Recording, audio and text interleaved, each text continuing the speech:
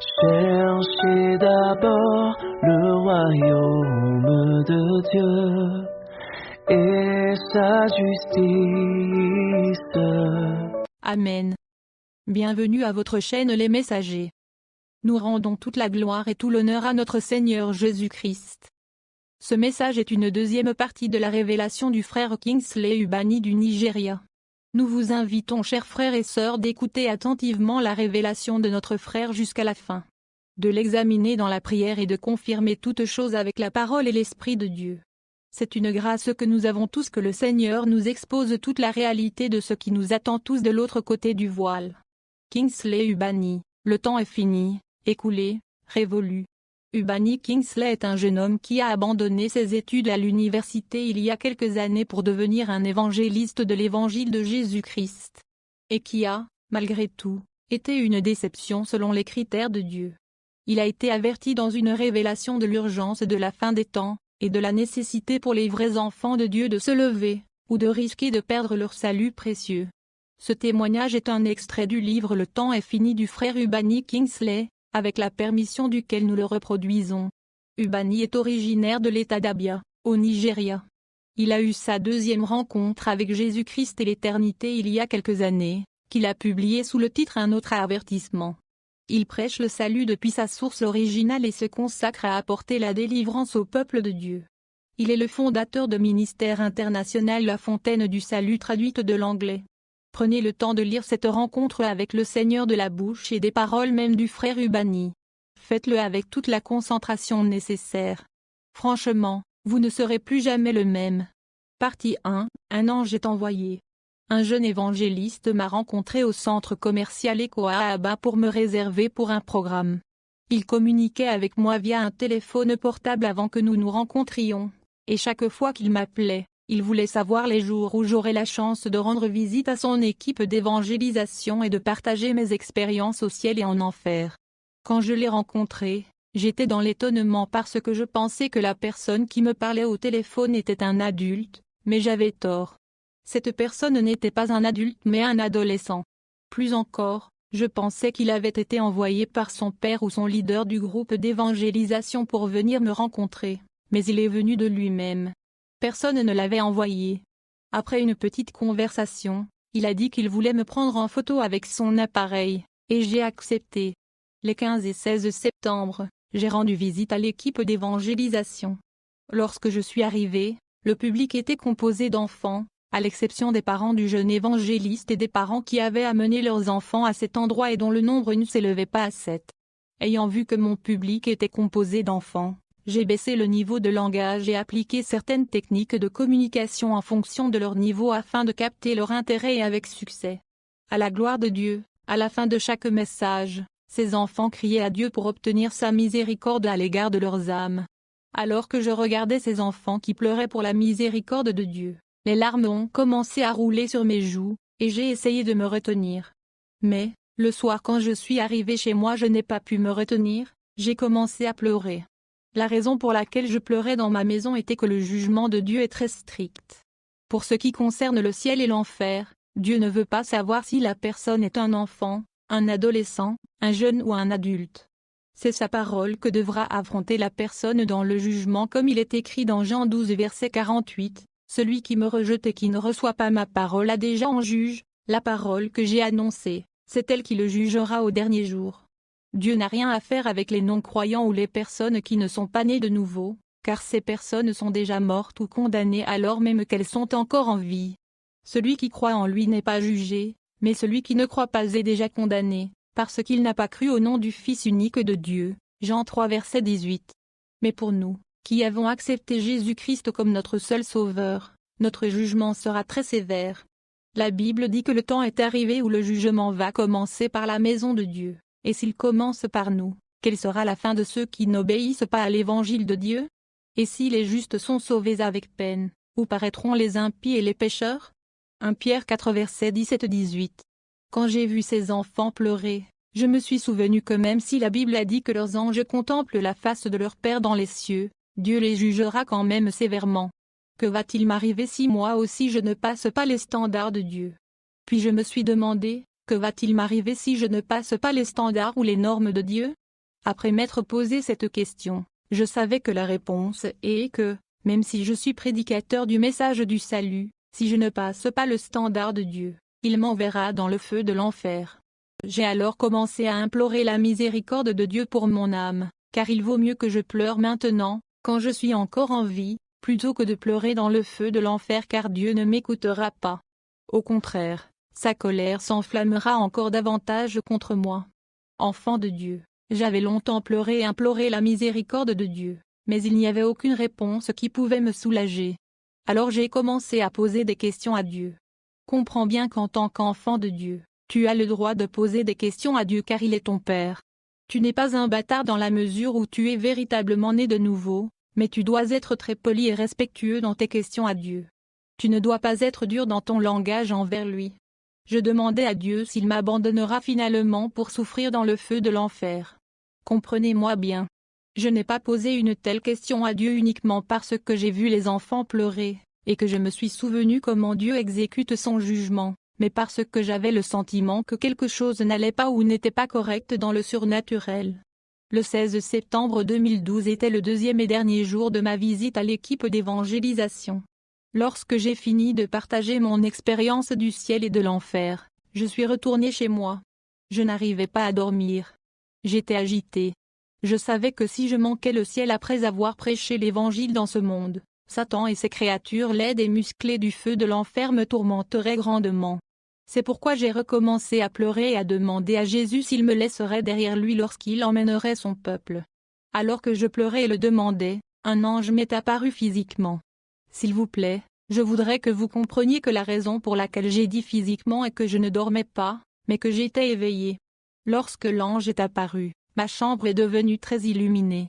L'ange portait des vêtements blancs étincelants, et il avait des ailes.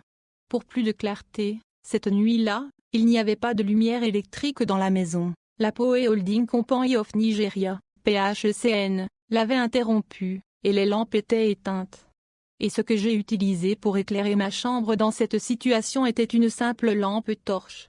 J'ai éteint la lampe torche à ce moment précis parce que la batterie n'était pas forte, elle était faible. En plus de cela, il y avait une lumière très vive autour de l'ange, mais il y avait l'obscurité autour de moi. C'était comme si j'étais dans l'obscurité spirituelle, et lui dans la lumière spirituelle, et il semblait y avoir une séparation entre nous. L'ange m'a alors appelé Kingsley et je l'ai regardé, et il m'a dit, « Ton maître, Jésus-Christ, m'a demandé de te transmettre un message. » Quand j'ai regardé l'ange, je lui ai demandé de quel message il s'agissait et il m'a répondu, « Ton maître m'a demandé de te dire que tu fais des efforts, mais il attend de toi que tu en fasses davantage pour que plus de gens soient sauvés avant son retour. » Alors j'ai dit à l'ange que je l'ai entendu, mais que ce message n'était pas le problème du jour. Le problème que j'avais était de savoir si Jésus-Christ me laisserait ou pas derrière lui pour souffrir dans le feu de l'enfer lorsqu'il viendrait chercher son peuple. Lorsque je lui ai dit cela, l'ange m'a répondu, « Kingsley, je suis un messager et je n'ai pas de réponse à ta question. Je suis seulement venu te délivrer le message qu'on m'a demandé de te transmettre. » Ayant entendu l'ange, j'étais attristé. J'avais besoin de connaître si Jésus-Christ me laisserait souffrir dans le feu de l'enfer après tous mes efforts pour le rendre heureux car le 13 mai 2012, lorsqu'il a ouvert le livre de vie et montré sur l'écran les noms des personnes qui attendaient avec obéissance et fidélité le retour de Jésus-Christ et leurs photos, mon nom et ma photo n'étaient pas parmi eux. Et quand il ouvrit le dossier de mes œuvres, rien n'y était écrit. Il était alors très en colère contre moi, alors je voulais savoir comment il me traiterait au dernier jour et c'était la raison pour laquelle je pleurais. Comme l'ange était incapable de me donner une réponse à ma question, je l'ai interrogé sur mon maître, Jésus-Christ, et il m'a dit qu'il était au ciel et j'étais encore plus affligé.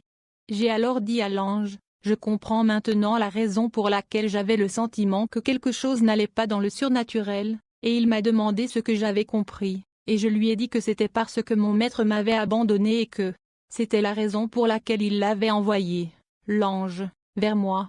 S'il n'en était pas ainsi, il ne m'aurait pas envoyé l'ange. » L'ange m'a alors dit, « Kingsley, tu as tort, » et je lui ai répondu que je n'avais pas tort, mais que j'avais raison, car depuis que je suis en relation avec mon maître, il n'a jamais envoyé un ange pour me transmettre un message, et maintenant que j'avais le plus besoin de lui, il n'est pas venu, mais il m'a envoyé un ange. Mais l'ange insistait encore pour dire que j'avais tort. Alors je lui ai dit, si tu dis que j'ai tort, allons donc et montre-moi mon maître. Lorsque j'ai fait cette remarque, son visage a changé. Il s'est mis en colère contre moi et, dans cet état d'esprit, il m'a demandé si je voulais qu'il m'emmène voir mon maître, et je lui ai répondu oui. Je ne voulais pas savoir s'il était en colère contre moi ou non, tout ce que je voulais, c'était de voir mon maître, Jésus-Christ. L'ange m'a alors dit, Kingsley, puisque tu insistes pour voir ton maître, tu vas certainement le voir maintenant. Quand l'ange a dit cela, il s'est approché de moi et m'a touché, et je me suis effondré. Je suis devenu comme une personne morte sur le lit lorsque mon esprit est sorti de mon corps. Quand cela est arrivé, l'ange m'a tenu par le poignet droit. Il m'a dit, maintenant, allons voir ton maître, et nous avons quitté ma chambre pour aller au ciel. Partie 2, la ligne invisible. Quand nous avons quitté ma maison, nous avons commencé à monter vers le ciel. Mais à un moment, j'ai vu une file interminable de personnes qui se dirigeaient vers la porte du ciel. Lorsque nous nous sommes rapprochés d'eux, j'ai commencé à les regarder. Certaines de ces personnes me regardaient comme quelqu'un qu'elles connaissaient, mais je ne reconnaissais aucune d'entre elles. Tous ces gens tremblaient de peur en se dirigeant vers la porte. La porte est si petite que 2 personnes ne peuvent pas y entrer en même temps. Une personne doit attendre que l'autre passe, qu'elle entre ou qu'elle sorte. Une autre chose que je veux que vous sachiez est que la porte s'ouvrait toute seule. Il y a des choses qui ont attiré mon attention lorsque nous nous sommes rapprochés de la porte du ciel. Les choses qui ont attiré mon attention étaient 2 lignes invisibles et épaisses, de couleur rouge et noire, et l'une ou l'autre de ces lignes apparaissait sur le sol, et l'une ou l'autre de ces lignes apparaissait lorsque chaque personne dans la file d'attente traversait les points où les lignes étaient positionnées. Cependant, d'après mes observations, la position des lignes pourrait être à environ 5 pieds ou 60 pouces de la porte du ciel. La largeur pourrait être d'environ 1 pied ou 12 pouces et cette ligne est la ligne de jugement qui séparait les personnes qui n'étaient pas nées de nouveau de celles qui étaient nées de nouveau. Une autre chose qui a attiré mon attention est la suivante. Si la personne qui a traversé la ligne était née de nouveau, la ligne apparaîtrait en rouge, ce qui indique que la personne a accepté Jésus-Christ dans sa vie. Une voix disait alors, avancez et franchissez la porte. Mais si la personne n'était pas née de nouveau, la ligne apparaissait en couleur noire, ce qui indiquait qu'elle n'avait pas accepté Jésus-Christ dans sa vie, et une voix tonitruante disait, éloignez-vous de moi, je ne vous connais pas. Éloignez-vous de moi. Retirez-vous. Lorsque le mot éloignez-vous était exclamé par la voix, un vent terrible venait et emportait la personne en direction du feu de l'enfer. Bien-aimé de Dieu, il y a un danger devant nous. Pendant que j'étais là, j'ai remarqué que le nombre de personnes à qui on avait demandé de partir était plus élevé que ceux à qui on avait dit d'avancer et d'entrer par la porte. Ce que je veux dire ici, c'est que les personnes à qui l'on a demandé d'avancer et de franchir la porte étaient au nombre de 2, tandis que les personnes à qui l'on a demandé de partir étaient plus de 2630. Alors que ces personnes avançaient vers le point où se trouvait la ligne et que cette voix leur demandait de partir pour le feu de l'enfer, un homme a marché sur ce point précis, et la ligne est apparue de couleur noire, mais il y avait un silence. Un ange s'avança alors vers lui, l'appela François et lui demanda, « Sais-tu la raison pour laquelle la ligne noire est apparue ?» Et il répondit que non. L'ange lui a alors demandé d'ouvrir ses mains, et il les a ouvertes. Quand il a ouvert ses mains, il y avait quelques gouttes de sang dans ses mains. L'ange lui demanda alors, « Sais-tu pourquoi il y a des gouttes de sang dans tes mains ?» Et il répondit que non.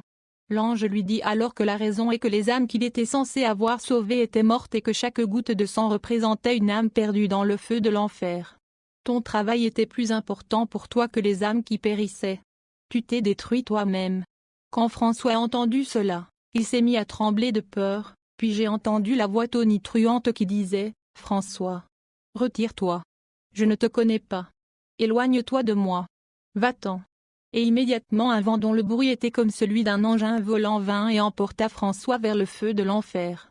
4 personnes arrivèrent à ce point et furent priées de partir et que le vent emporta vers le feu de l'enfer après que François ait été envoyé en enfer. Mais quand la 5e personne est arrivée à ce point, la ligne est apparue noire et l'ange l'a appelé, Jonathan. Jonathan était un pasteur. L'ange lui a demandé, « Jonathan, sais-tu pourquoi la ligne est apparue en couleur noire ?» Et il a répondu non. L'ange lui a alors dit que c'était parce qu'il faisait plaisir à son pasteur principal et qu'il déplaisait à Dieu.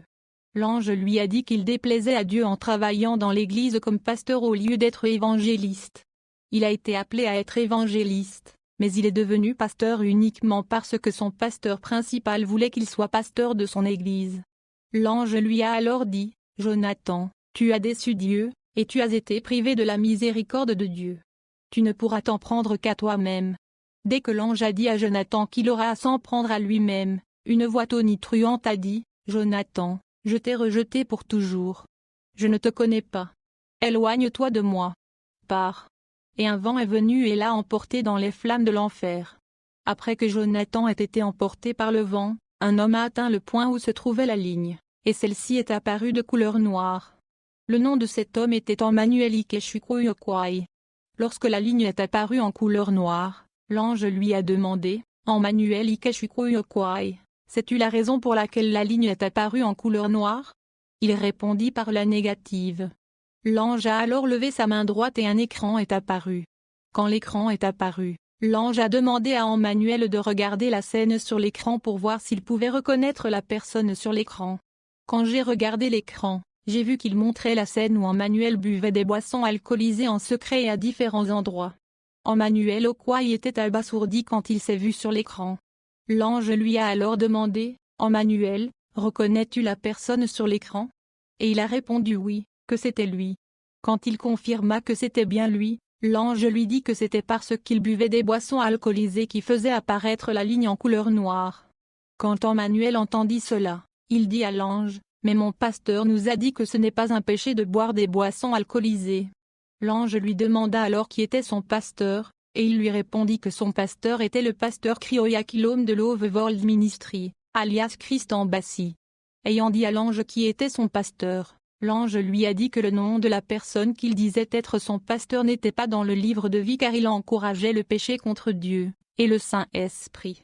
Il n'a jamais amené une seule âme au ciel depuis qu'il est devenu pasteur, mais il a envoyé beaucoup de gens en enfer. Emmanuel demanda alors à l'ange de lui pardonner, mais l'ange lui répondit qu'il n'avait pas le pouvoir de pardonner à quiconque, il n'est qu'un messager. La seule personne qui a le pouvoir de lui pardonner est Jésus-Christ et de plus, il n'y a pas de prix sacrificiel qu'il, Emmanuel, a payé quand il était dans le monde qui lui aurait attiré une seconde chance. Il doit donc aller là où est sa place. Quand l'ange eut dit cela, une voix tonitruante dit, « Emmanuel, tu n'as pas de part en moi. Va-t'en. » Et aussitôt un vent vint et l'emporta vers le feu de l'enfer. Une femme atteignit la ligne invisible, et elle apparut noire. Lorsque la ligne noire apparut, l'ange lui demanda si elle connaissait la raison pour laquelle la ligne était devenue noire et elle répondit que non. L'ange lui dit alors qu'elle n'avait pas terminé sa restitution en rendant l'objet qu'elle avait collecté auprès de sa voisine et la femme répondit à l'ange qui était sa voisine et qu'elles avaient l'habitude de partager des choses en commun. Mais l'ange lui a demandé, « Lui as-tu rendu ses biens ?» Et elle a répondu non. Une voix lui dit alors, « Va-t'en, je ne te connais pas », et un vent vint l'emporter dans le feu de l'enfer. Une femme atteignit le point et la ligne apparut noire. L'ange lui demanda si elle connaissait la raison pour laquelle la ligne apparaissait noire et elle répondit que non. L'ange lui dit alors, « Regarde ton chemisier », et elle a répondu qu'elle ne voyait rien d'anormal. L'ange lui a alors demandé, « Dorothy Top, ne vois-tu pas que ton chemisier ne couvre pas ta poitrine ? Tu pratiques la prostitution. Tu as exposé ton corps au monde entier. Tu es immoral, et tu dois aller dans le lieu préparé pour les gens comme toi. » Quand l'ange a dit cela, une voix tonitruante a dit, « Je ne te connais pas, Dorothy Top. Éloigne-toi de moi. Pars. » Un homme atteignit le point où se trouvait la ligne invisible, et elle apparut noire et l'ange lui demanda, « Jacques Obona, sais-tu la raison pour laquelle la ligne est apparue noire ?» Et il répondit, « Non. » Alors l'ange lui dit, « La raison est que tu étais occupé à faire du business de réseau.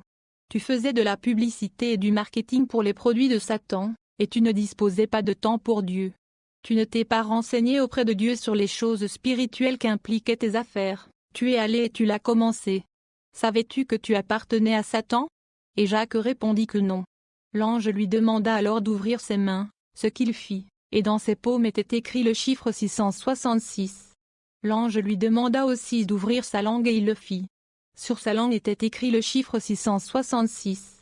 Lorsque Jacques entendit toutes ces choses, il fut surpris et comme il voulait dire quelque chose, une voix lui dit, « Jacques, tu es mon ennemi pour toujours, retire-toi de moi dans la damnation éternelle. Et instantanément, un vent vint et l'emporta dans le feu de l'enfer. Un homme atteignit le point où se trouvait la ligne invisible, et il apparut de couleur noire. L'ange lui demanda s'il connaissait la raison pour laquelle la ligne apparaissait en couleur noire et il répondit que non. Alors l'ange lui dit que la raison était qu'il était redevable à ses beaux-parents. L'homme demanda à l'ange comment il devait à ses beaux-parents et l'ange lui dit, « Charles, quand tu es allé chez tes beaux-parents pour épouser leur fille, tu as fait un paiement et présenté quelques objets qu'on t'a demandé de présenter, mais tu leur as promis que plus tard tu apporterais le reste de l'argent, ce que tu n'as pas fait jusqu'à ta mort. Tu es redevable à tes beaux-parents et personne qui est redevable à quelqu'un n'entrera dans le royaume des cieux, par conséquent, tu dois aller là où est ta place. » Aussitôt que l'ange a dit à Charles qu'il devait aller à l'endroit auquel il appartient, une voix a dit, « Charles, je ne te connais pas. Écarte-toi de moi maintenant » et un vent vint l'emporter vers le feu de l'enfer. Un homme blanc atteignit le point où se trouvait la ligne et elle apparut noire et l'ange lui demanda, « Géoffrey, sais-tu la raison pour laquelle la ligne est apparue noire ?» Et il répondit que non. Alors l'ange lui dit, « Géoffrey, tu es un meurtrier. Tu adorais Dieu avec une arme dans ta main. Tu servais Dieu, mais tu étais un officier de police, tu portais une arme. Personne qui porte une arme n'a de place au paradis et personne qui appartient à une force, qu'il s'agisse d'une force de police, d'une force militaire ou d'une force navale, n'entrera au paradis parce qu'ils portent une arme et que leur cœur est rempli de mal. Ils aiment tuer et leur camp est rempli de sang humain. Ils ont tué des innocents et des coupables, et toute personne qui en fait partie, même si elle est juste, participera également à leur péché parce qu'elle appartient au groupe des meurtriers. Personne n'a le droit de tuer qui que ce soit, quel que soit le délit que cette personne ait commis. De plus, l'ange lui a demandé, « Géoffrey, sais-tu que tu es celui qui t'est détruit toi-même ?» Et il a demandé à l'ange, « Comment ?» L'ange lui a dit qu'un ange est venu le voir un matin alors qu'il était sur le point de monter dans sa voiture pour aller au travail, et lui a dit de démissionner, qu'il allait mourir très bientôt, mais il a chassé l'ange. Quand Géoffrey a entendu cela, il a dit que ce n'était pas vrai, qu'aucun ange ne lui avait été envoyé. À ce moment-là, un autre ange est sorti de la porte et s'est approché de lui. Le premier ange lui a alors demandé, « Géoffrey, peux-tu reconnaître cet ange ?» Il a répondu que non. Alors le premier ange lui a dit que le deuxième ange était l'ange qui lui avait été envoyé devant sa maison. Comme Géoffrey voulait argumenter, le deuxième ange leva la main et un écran apparut. On lui montra comment l'ange était venu à lui.